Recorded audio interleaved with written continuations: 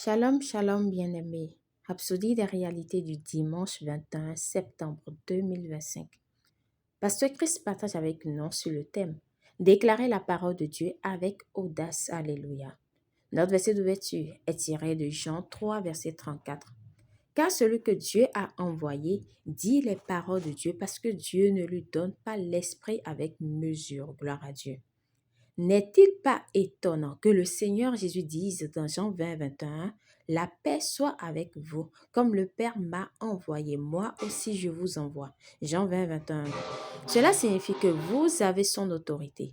Le Père a donné au Seigneur Jésus l'Esprit sans mesure parce qu'il l'a envoyé et il a donc honoré chaque parole que Jésus a prononcée pendant qu'il marchait sur terre.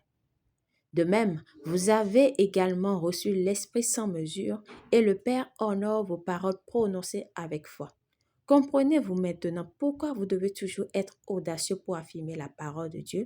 Lorsque vous déclarez la parole de Dieu avec audace, le ciel répond, les anges agissent et les résultats suivent. Alléluia.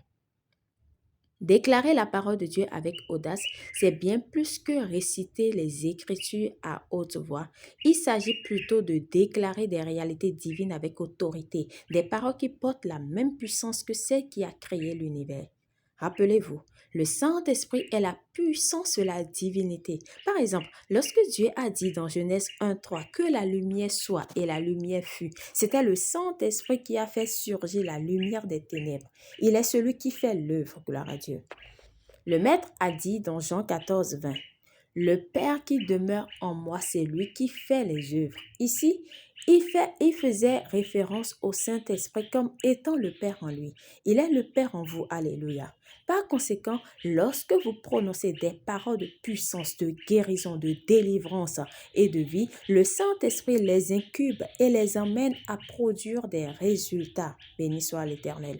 Le Seigneur Jésus a dit, les paroles que je vous ai dites sont esprit et vie. Jean 6:63. Cette même qualité divine est dans votre bouche lorsque vous déclarez sa parole. C'est pourquoi vous pouvez commander aux situations, réprimander la maladie, appeler la provision et proclamer la paix à toute tempête. Ne parlez pas à la légère. Ne parlez pas le langage du monde, la peur, l'incrédulité et la fausseté. Non. Entraînez-vous à dire ce que Dieu dit. Peu importe ce que vous voyez ou ressentez, remplissez votre cœur de la parole, Colossiens 3:16, afin que votre bouche devienne un instrument de puissance créatrice. Alléluia. Confession. La parole de Dieu est dans mon cœur et dans ma bouche, et je la déclare avec audace et autorité. Mes paroles sont esprit et vie, produisant la santé, la paix, la faveur et l'abondance pour moi et pour ceux qui m'entourent.